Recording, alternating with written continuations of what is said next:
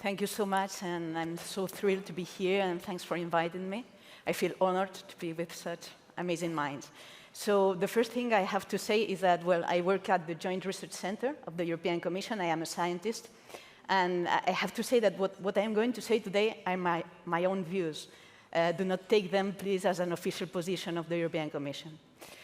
So what is my work about? I work on AI. We have talked a lot about artificial intelligence, right?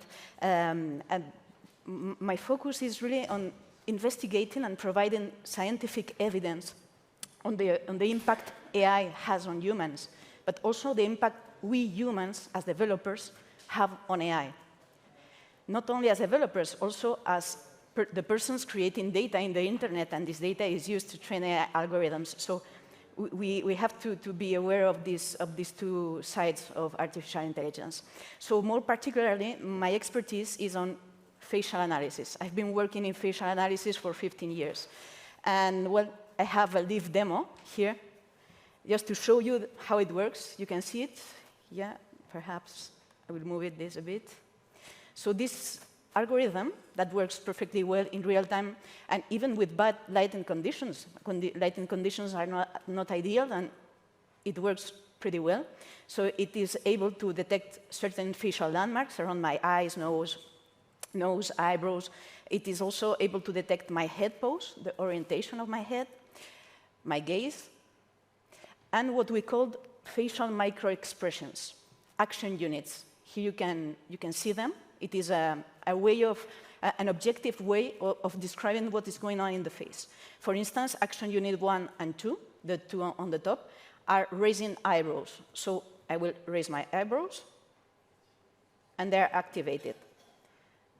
And we can also go to very subtle details, to detect very subtle intensity activation. For instance, if I frown, action unit 4 will be activated. If I smile, I'm very trained for doing that, I have to confess, but if I smile, and it is a genuine smile, action unit 12, which is lip corner puller, and action unit 6 will be activated at the same time. And so on and so forth. For instance, a jaw drop is action unit 26. Very interesting, for instance, for patients with dementia. So as you can see, this is just an algorithm. Okay? It is not a product. It is just extracting information and showing the information. If we want to bring this algorithm to the market, we have to think about an intended purpose. And there are many possible intended purposes. For instance, the most funny one is doing these Instagram filters to put bunny ears around your head, and this is super funny. Also, these beautification filters, no? These filters that beautify you, and then you can upload your Instagram picture, and you look much more beauty.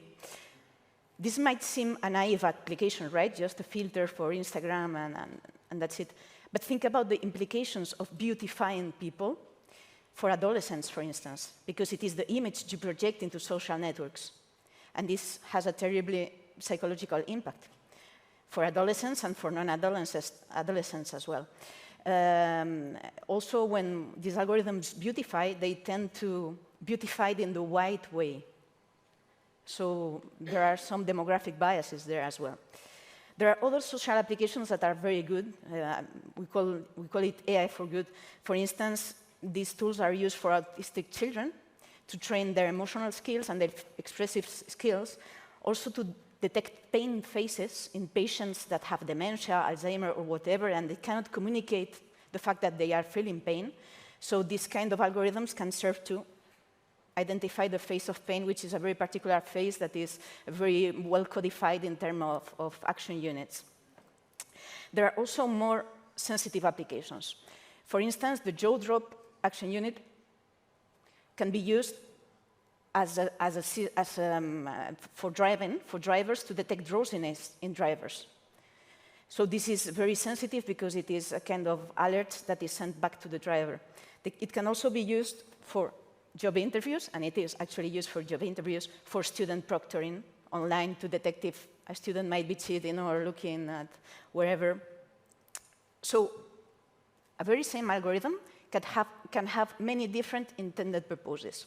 And what about the robustness of these algorithms? well, for me, it works perfectly well, super powerful with me. Why? Because I am a white, middle-aged woman. I'm the perfect target. It does not work so well with black faces, for instance.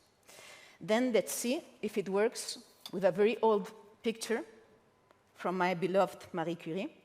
Oh, it works. Is this good or is this bad? Well, it is good in the sense that the algorithm is really robust. But it is bad because what I'm doing here is what we call a presentation attack. It's just a printed faces in a piece of paper. It's not a real living face. So the algorithm should be saying, hey, there's no face. It's just a piece of paper. And we can go further with this.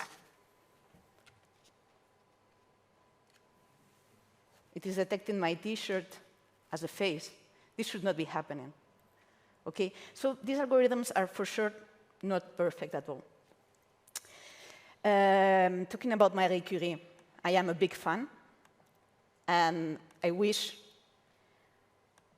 I could have known her, and we don't have pictures, right? We don't have videos of Marie Curie. We just have a couple of old pictures. Oh, it's a shame. I would have loved to ask Marie many, many things, no? And now, thanks to artificial intelligence, perhaps I can dialogue with Marie. Marie, what would you have done with artificial intelligence? Oh. Sorry? Hi, I'm Marie Curie. Thanks to an artificial intelligence algorithm, you can see me moving and speaking. Isn't it amazing? I wish I could have used AI to analyze my chemical data more quickly, build predictive models, analyze images more accurately, and potentially even discover new treatments for cancer. So from a single old image, Marie Curie, I have co-created, I like this co-creation term.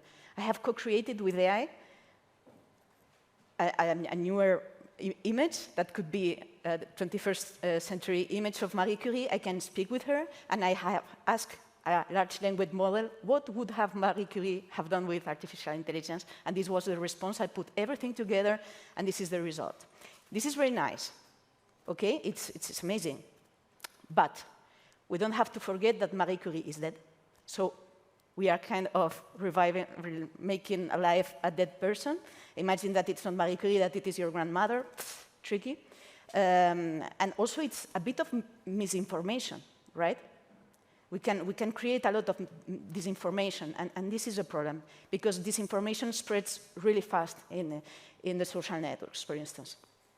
So again, we have to evaluate the benefits, but also the risks. And well, I am part of the European Commission. I am a scientist, but I work very closely with policymakers, which is a wonderful experience, and they have a hard work trying to regulate a technology that evolves by giant leaps. So how to regulate this technology if tomorrow we will have a newer version of ChatGPT or whatever, no? So they did something that is very clever, in my opinion, that is, we are not going to focus on the technology itself. I don't care if it is a neural network with 15 layers or with 100 parameters or 4 million parameters. What we are going to regulate is the intended use of this technology. And always having in mind ethics, a set of ethics guidelines, and a respect for human fundamental rights. And this is the approach of the European AI Act. The European AI Act is in proposal phase. It's under negotiation. Let's see what happened today, because today they vote the final acceptance or not of this regulation. And basically, depending on it provides a set of harmonized rules, very well-defined rules, to identify the risk level of an application. For instance, we have 4 risk levels, from minimal risk to unacceptable risk. I will provide some examples. Minimal risk would be, for instance, related to faces. I'm blocking my iPhone with my face. This is low risk, no problem. Transparency risk would be generating deep fakes, what I did with Marie Curie. In that case, I have to disclaim that this has been generated by AI. This is the transparency risk obligation. Then we have the high-risk systems that are other systems. And high-risk systems are the ones that are subject to the strongest obligations in terms of regulation. For instance, using facial reading for student proctoring, for job hiring, all these are high risk. And then we have unacceptable risk applications, which are, for instance, the famous social scoring, and use AI for, well, for also large-scale face recognition in crowded scenes without a policy acceptance or a permission. And so this is the European approach toward trustworthy AI, ethical and human-centered, as everything in Europe, at least we try. That's it. Thank you so much.